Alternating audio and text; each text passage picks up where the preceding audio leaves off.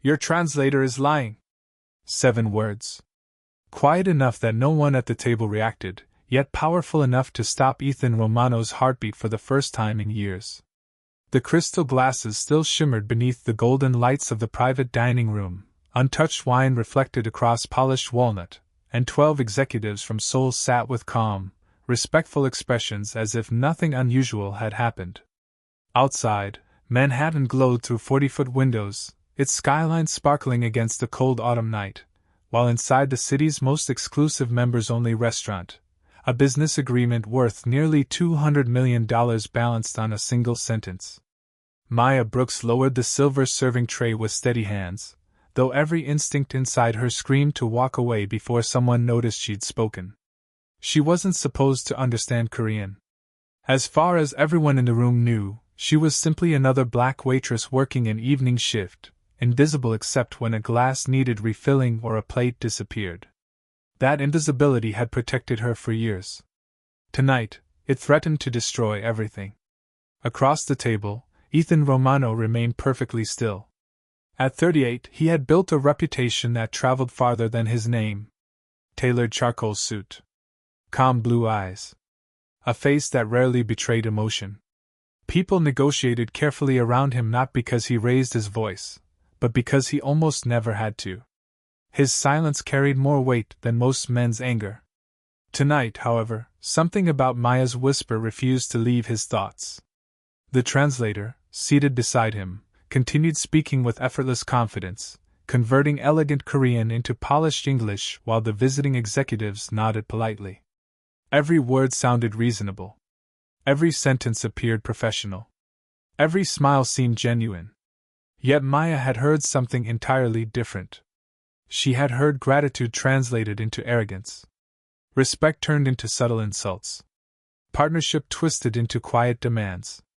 Not enough to provoke immediate outrage. Just enough to poison trust one sentence at a time.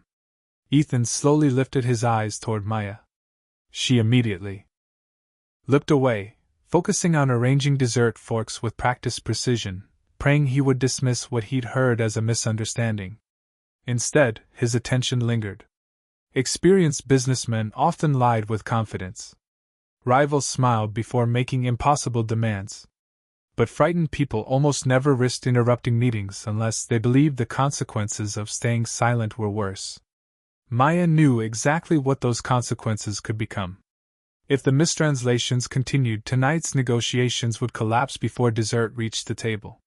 The Korean delegation would leave believing Ethan had deliberately insulted them. Ethan would believe they had attempted to deceive him. Neither side would ever discover the truth until it was far too late. The translator reached another sentence, smiling warmly as he delivered flawless English. Maya felt her stomach tighten. It was wrong again. Worse than before. She recognized every Korean syllable as clearly as English itself, and every false translation pushed two honorable parties closer toward disaster. She could stay invisible, finish her shift, collect her paycheck, and pretend none of this had happened. No one would blame a waitress for remaining silent. But she had spent too much of her life watching good people misunderstand one another because someone decided the truth was negotiable. Her fingers tightened around the serving tray as Ethan finally spoke, his calm voice cutting gently across the room. Mississippi. Every conversation stopped. Every head turned toward Maya Brooks. Come here. 2 weeks earlier, Maya Brooks had accepted another double shift without complaining because overtime meant her rent would be covered before the end of the month. At 29 years old, she had become an expert at making herself forget the dreams she once carried across the Pacific. Customers saw a cheerful waitress balancing trays through crowded dining rooms. Managers saw an employee who arrived early, stayed late, and never created problems.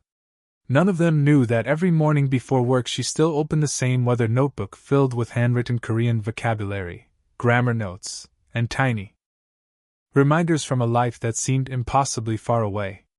Maya had not learned the language in a classroom. She had learned it sitting beside her grandmother, Sunhee Brooks, the woman who had adopted Maya's mother decades earlier after immigrating from Busan to Chicago with almost nothing except determination and recipes that reminded her of home. English had always been her grandmother's second language, but Korean remained a language of comfort, family, celebration, and quiet honesty. Every afternoon after school, Maya helped prepare dinner while her grandmother patiently corrected every pronunciation, every sentence, every expression until the language became as natural as breathing. By the time Maya entered college, she could switch effortlessly between English and Korean without thinking. She even spent a year in Seoul through an exchange program, discovering that language was never just words. It carried respect, hierarchy, humor, and emotion that could disappear completely if translated carelessly. She had dreamed of becoming an interpreter one day, someone capable of building trust between people who wanted the same future but spoke different languages. Life, however, rarely followed careful plans.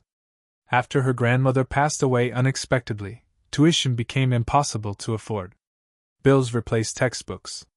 Extra shifts replaced internships.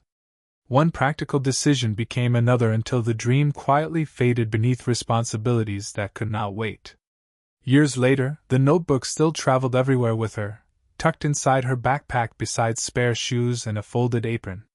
She never opened it because she expected opportunity to return. She opened it because forgetting her grandmother's voice felt like losing her all over again. The restaurant where Maya worked attracted diplomats, executives, athletes, and celebrities who valued privacy above luxury. Staff members received strict instructions before every shift.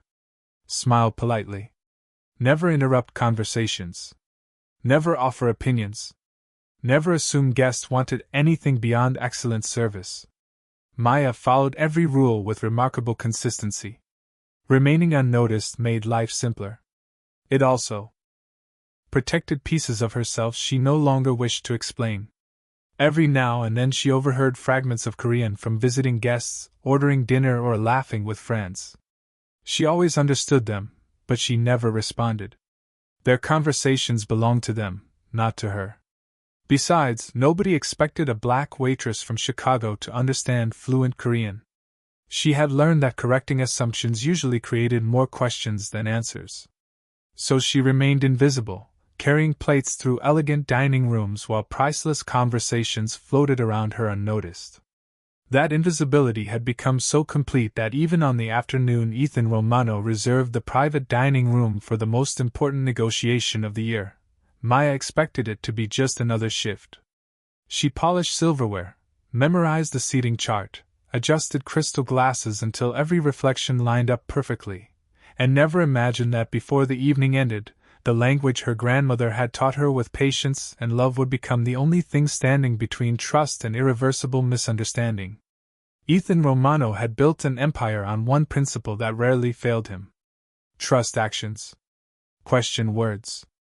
That philosophy had carried him from a struggling young entrepreneur to one of the most respected businessmen in New York, where his name opened doors that money alone could never unlock. He was not known for dramatic speeches or emotional decisions. He listened longer than everyone else, spoke less than everyone expected, and remembered details that most people forgot within minutes. Executives often underestimated his patience because they mistook silence for hesitation. They usually discovered the difference too late. International partnerships fascinated Ethan because they demanded something that numbers alone could never guarantee. Every successful agreement depended on respect, and respect began with communication. That was why tonight's dinner mattered more than any contract waiting inside his briefcase. The delegation from Seoul represented a family-owned technology company whose reputation had been built over 3 generations. They were not simply negotiating prices or delivery schedules. They were deciding whether they could trust an American partner with their family's legacy. Ethan understood that better than anyone. For 6 months he had prepared for this evening, reviewing financial reports, studying Korean business etiquette, and consulting cultural advisors who explained the importance of humility, patience, and careful introductions. There was only one obstacle he could never eliminate. He did not speak Korean. That responsibility belonged entirely to Daniel Mercer, the interpreter who had worked with Ethan for nearly 4 years. Daniel possessed flawless credentials, impeccable recommendations, and an impressive ability to make every international meeting appear effortless. He translated conversations with confidence, joked naturally with foreign guests, and always seemed one step ahead of every discussion. Ethan had never questioned him because there had never been a reason to do so. In business, reliable people became indispensable, and Daniel had earned that position through years of apparent loyalty. The Korean delegation greeted everyone with polite smiles and measured professionalism. Chairman Kang Min-jun, accompanied by his daughter, Ji-eun Kang, and several senior executives, entered the private dining room precisely on schedule. Every handshake reflected mutual respect. Every exchange followed careful etiquette. The atmosphere felt warm, optimistic, and remarkably relaxed for negotiations involving such extraordinary investments. Maya watched quietly from across the room as she poured sparkling water into crystal glasses before retreating into the background once again. Years of serving influential guests had taught her how to read body language without appearing curious. Chairman Kang carried himself with calm dignity. Ji-eun observed every detail before speaking. Ethan projected quiet confidence without arrogance. Even before the first course arrived, Maya noticed something unexpected. The Korean guests genuinely wanted this partnership to succeed. Their smiles were sincere. Their compliments were heartfelt.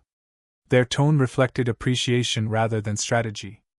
Then Daniel began translating. At first the differences were subtle enough that only a fluent listener would notice. A gracious compliment became a calculated observation. A respectful suggestion became a firm demand. A sentence expressing long-term cooperation became language that sounded transactional and cold. Nobody around the table reacted because every translation remained believable. Nothing sounded obviously false. Yet with each carefully altered sentence, Maya watched invisible threads of trust begin to unravel. Ethan's expression grew slightly more reserved after every exchange, while Chairman Kang appeared quietly puzzled by responses that did not match the warmth his delegation believed they had expressed. The conversation continued politely, but somewhere between two languages, honesty had begun to disappear. The first course arrived with quiet elegance, roasted sea bass served on warm porcelain beneath soft amber lighting, but almost nobody noticed the food anymore. Every person around the table had shifted their attention toward the conversation, believing they were building mutual confidence one careful sentence at a time. Maya moved silently between the tables, refilling water glasses before anyone had to ask, her footsteps almost impossible to hear against the thick carpet. She had perfected that rhythm over years of restaurant work. Be present without becoming noticeable. Listen without appearing curious. Leave before anyone remembered she had been standing there at all. Tonight, however, every word reached her with painful clarity.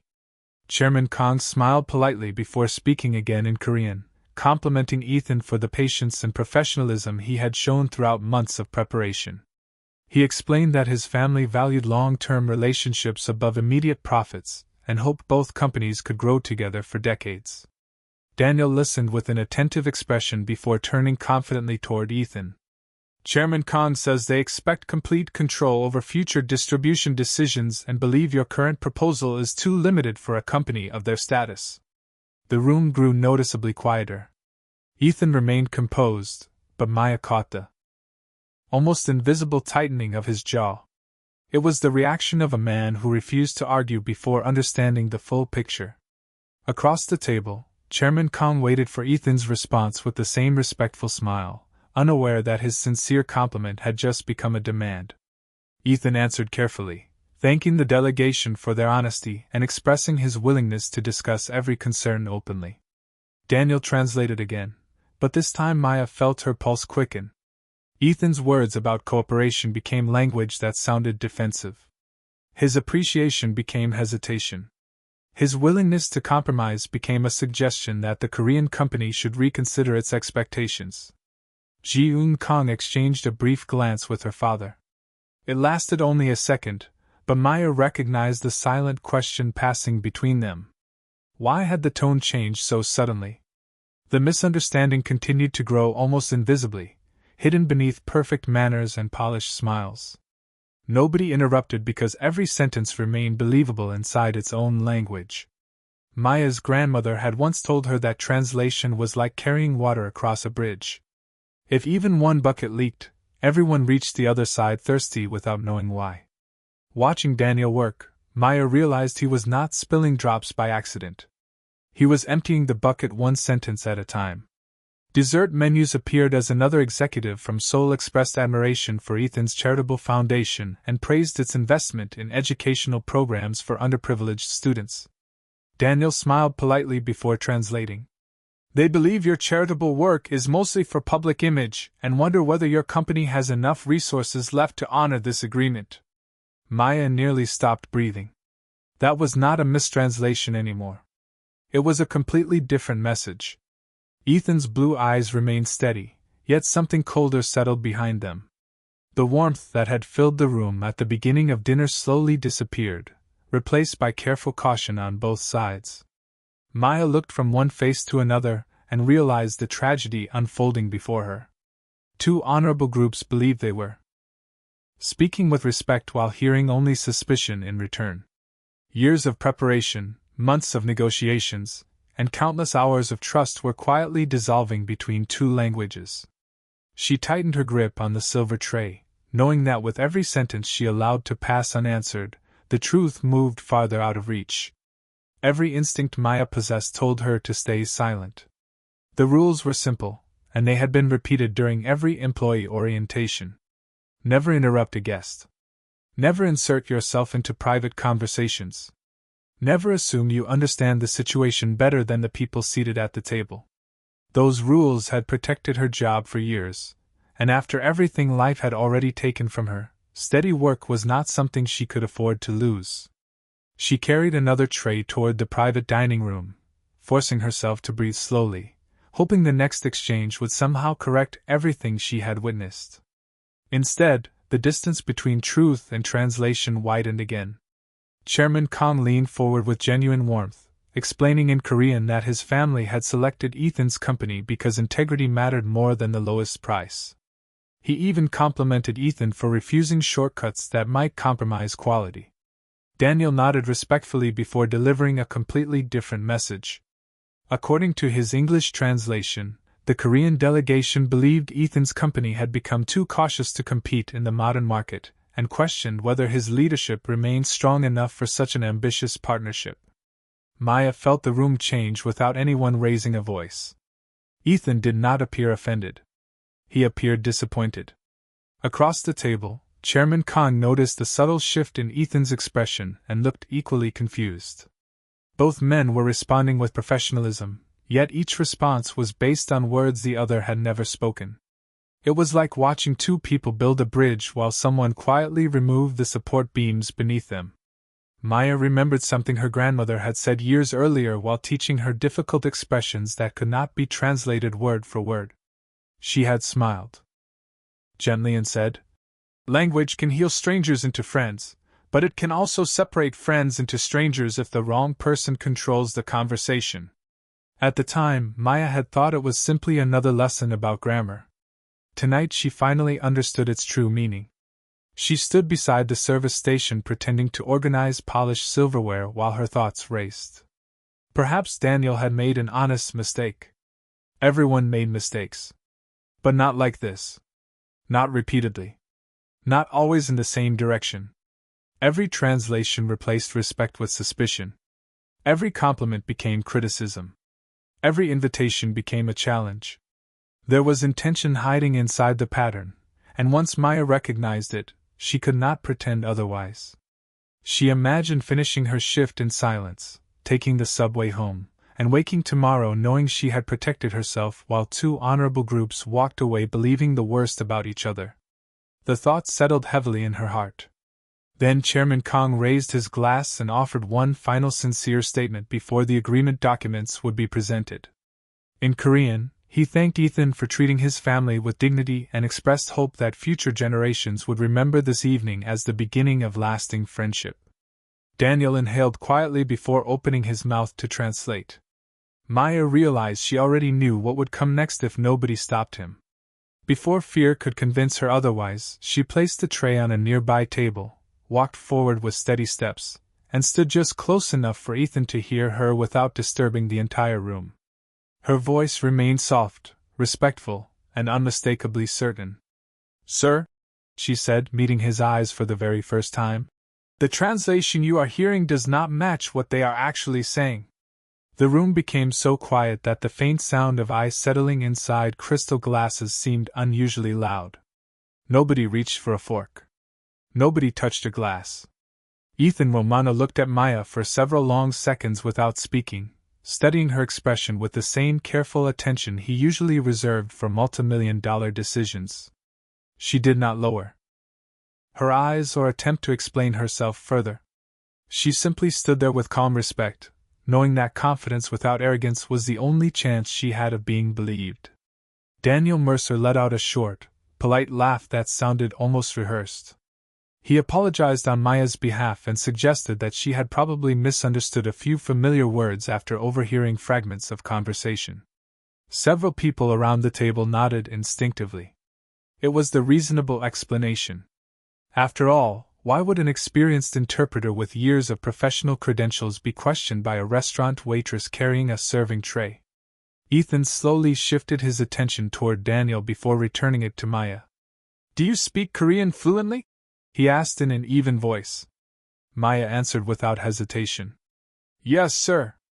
There was no attempt to impress anyone, no dramatic speech, only a simple statement delivered with complete certainty. Ethan's expression remained unreadable. "How did you learn?" She briefly told him about her grandmother, the years she spent speaking Korean every day at home, and her exchange program in Seoul before financial hardship changed the direction of her life. Every sentence sounded genuine because there was nothing exaggerated about it. Chairman Kong listened carefully as Daniel reluctantly translated Maya's explanation into Korean. Before Daniel could continue, Chairman Kong smiled kindly and addressed Maya directly in Korean, asking an unexpectedly difficult question about an old proverb that even advanced students often misunderstood. Maya answered immediately in natural Korean, explaining not only the meaning of the proverb but also the cultural context behind it, and why literal translation would miss its deeper message.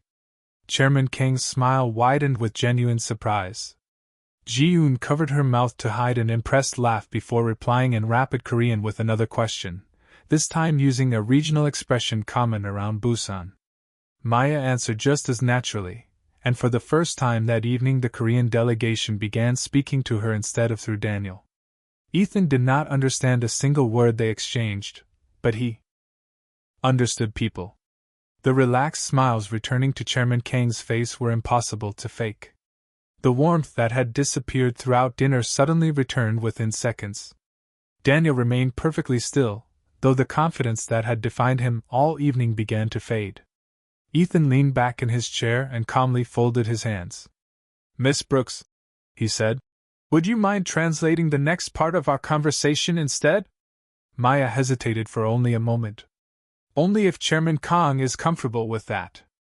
Chairman Kong answered in English before anyone else could translate. His pronunciation carried a noticeable accent, but his meaning was unmistakably clear. "I would appreciate that very much." A quiet wave of surprise moved around the table. Maya took a slow breath before translating Chairman Kang's next Korean sentence into English exactly as it was spoken, preserving every expression of respect, every careful nuance, and every sincere word of gratitude.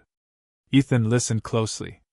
It sounded nothing like the versions he had been hearing throughout the evening. For the first time since dinner had begun, both sides were finally hearing the same conversation. The atmosphere inside the private dining room transformed almost instantly. Only minutes earlier, every sentence had carried quiet uncertainty. Now, with Maya translating directly, the conversation flowed naturally, and each response seemed to restore a layer of confidence that nobody had realized was missing. Ethan listened without interruption, comparing the warmth in Chairman Kang's voice to the cold versions he had been hearing throughout the evening. The difference was impossible to ignore. Chairman Kang spoke about honoring commitments across generations. Maya translated every word faithfully. Ethan replied that long-lasting partnerships were built on transparency rather than speed. Maya delivered his answer in fluent Korean without changing a single intention behind it. Chairman Kang smiled immediately and nodded with visible appreciation. Ji-un glanced toward Ethan before looking back at Maya with growing admiration. It was becoming painfully obvious that the misunderstanding had never existed between the two companies. It had existed only inside one person's translations. Ethan slowly turned toward Daniel. His voice remained calm, but every word carried unusual precision. I would like you to explain why your translations differ so dramatically from Miss Brooks' translations. Daniel adjusted his tie and attempted a polite smile. He claimed that professional interpretation often required flexibility because direct translation could sometimes sound awkward across cultures. It was a reasonable explanation until Chairman Kang quietly spoke again in Korean, asking Maya to repeat exactly what he had said moments earlier. Maya translated every sentence word for word. Then Ji-un opened a folder she had brought from Seoul and revealed an English draft prepared by her own legal team before the meeting. Ethan accepted the document and carefully compared it with what Daniel had translated aloud during dinner. Several key phrases were completely different. The Korean draft emphasized shared responsibility, mutual respect, and equal authority. Daniel had repeatedly replaced those ideas with language suggesting demands, criticism, and imbalance. Nobody spoke for several long seconds. Daniel's confident expression finally began to fade. Ethan did not accuse him. He simply reached across the table and placed the translated notes beside the official English draft. The differences were impossible to dismiss as harmless interpretation. They formed a pattern. Every change had quietly weakened trust between both sides. Ethan looked toward one of his senior legal advisors, who had attended the dinner as an observer. Without raising his voice, Ethan asked him to review the documents immediately. The attorney spent several minutes comparing each page before looking up with quiet concern. He confirmed that the inconsistencies consistently favored misunderstanding rather than clarity. Daniel attempted to explain again, insisting he had only tried to simplify complicated expressions. Yet even he seemed to realize that his explanation no longer matched the evidence sitting in front of everyone. Ethan remained composed. He simply asked for Daniel's company-issued tablet, explaining that he wished to review the preparation notes used before tonight's meeting. Daniel hesitated for the first time all evening. That hesitation spoke louder than any argument could have. With permission from the device administrator, the tablet was opened. Among ordinary scheduling documents were private messages discussing ways to delay or derail the agreement by encouraging both parties to question each other's intentions. No dramatic confrontation followed. No raised voices filled the room. There was only a long silence as everyone recognized how close honest people had come to walking away from one another because one trusted voice had chosen to reshape the truth instead of protecting it. No one celebrated the discovery. There was no applause, no dramatic confrontation, and no sense of victory. Instead, an unusual stillness settled over the dining room as everyone reflected on how close months of honest work had come to disappearing because the truth had quietly been redirected. Ethan closed the tablet and handed it to his legal advisor with a simple request that the matter be handled through the appropriate channels. Then he turned his full attention back to Chairman Kang. I owe you an apology, he said sincerely. Not because my intentions were dishonest, but because my responsibility was greater than my awareness. Maya translated every word exactly as he spoke it. Chairman Kang listened carefully before smiling with the calm dignity that had impressed Maya from the beginning of the evening.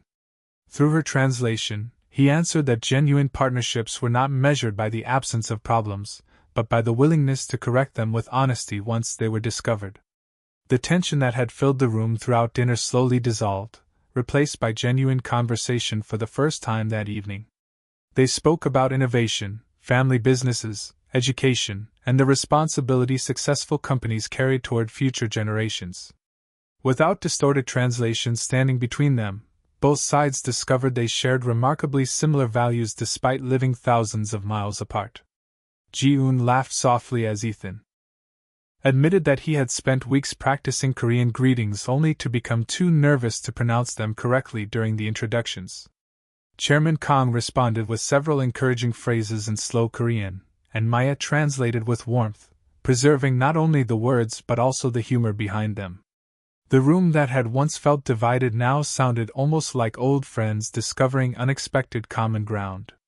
As the evening came to its natural conclusion, the final agreement was reviewed one last time, this time with Maya translating every important detail line by line while both legal teams confirmed each section together. There were no lingering doubts because every sentence belonged equally to everyone at the table. One by one, signatures appeared on the agreement, followed by respectful handshakes that reflected genuine confidence rather than cautious obligation. Before anyone stood to leave, Chairman Kong remained seated for a moment and looked directly at Maya. Speaking first in Korean and then repeating himself carefully in English, he said, "Tonight you protected something far more valuable than a contract. You protected trust." The words seemed to fill the room with a different kind of silence, one built on gratitude rather than uncertainty. Ethan slowly stood and walked toward Maya. She instinctively stepped aside, assuming he needed to pass. Instead, he stopped in front of her. "Miss Brooks," he said, "when you walked into this room tonight, everyone saw a waitress carrying a serving tray. I almost made the same mistake. What I should have seen was someone carrying knowledge that none of us realized we desperately needed." Maya lowered her eyes for a moment, humbled by the unexpected recognition. She quietly replied that she had only done what her grandmother had taught her to do. "If you understand both sides," she said, "you have a responsibility to help them understand each other." Ethan smiled for the first time that evening. It was not the smile of a businessman celebrating a successful agreement. It was the expression of someone realizing that wisdom often entered a room wearing an apron instead of an expensive suit, and that the most valuable voice at the table was sometimes the one everyone had almost overlooked. The agreement announced that evening became one of the most successful international partnerships either company had ever built, but inside the restaurant, almost nobody talked about contracts as the guests prepared to leave. They talked about trust. They talked about listening. They talked about the remarkable reality that one honest voice had prevented countless misunderstandings without asking for recognition in return. The restaurant manager hurried toward Maya with an anxious expression, worried that interrupting such an important meeting might have damaged the restaurant's reputation. Before he could apologize or explain, Ethan calmly raised his hand. "She did exactly what every professional should do," he said. "She protected the truth when everyone else believed the wrong version of it." The manager looked at Maya with entirely new eyes. Only an hour earlier she had been another dependable employee serving dinner. Now she stood at the center of a room filled with executives who understood that integrity could not be measured by a job title. As the Korean delegation prepared to leave, Chairman Kong reached into his briefcase and carefully removed a small handcrafted wooden bookmark engraved with traditional Korean calligraphy. He explained through Maya that it represented wisdom shared across generations and that his family reserved such gifts for people who had earned lasting respect. Maya accepted it with both hands, remembering her grandmother's lessons about receiving meaningful gifts with humility. Her eyes grew warm, not because of the gift itself, but because it reminded her that everything her grandmother had taught her still lived within her. Ethan waited until the delegation had departed before approaching Maya one final time. He asked whether she would be willing to meet with him the following week, not as a waitress, but as someone whose language skills and cultural understanding deserved opportunities far beyond carrying serving trays. Maya stood quietly for a moment before answering. She admitted that becoming an interpreter had once been her dream, but life had taken her in another direction. Ethan smiled gently. "Sometimes," he said, "life does not erase a dream. It simply waits until the right moment to return it." Several weeks later, Maya walked into Ethan's headquarters through the front entrance instead of the service entrance. She was no longer wearing a black apron. She carried the same weather notebook her grandmother had given her years before, its pages still filled with handwritten lessons that had nearly been forgotten. Her new role focused on international communication and cultural partnerships, helping talented people understand one another before misunderstandings could become costly mistakes. She never forgot where she had started, and she greeted every receptionist, assistant, custodian, and serve her with the same respect she offered board members and executives because she knew how easily remarkable people could be overlooked. Ethan often remembered the quiet confidence of the woman who had interrupted the most important meeting of his career with nothing more than honesty and courage. Whenever new employees joined his organization, he reminded them that expertise did not always arrive wearing an expensive suit, and that wisdom could be standing silently in the corner, while everyone searched for answers somewhere else. Years later, people still remembered the partnership that transformed two companies, but those who had witnessed that evening remembered something even greater. They remembered that dignity speaks softly, truth does not need to shout, and the world changes whenever someone chooses integrity over comfort. And on that unforgettable night, everyone in the room learned that the most powerful voice is often the one no one expected to hear.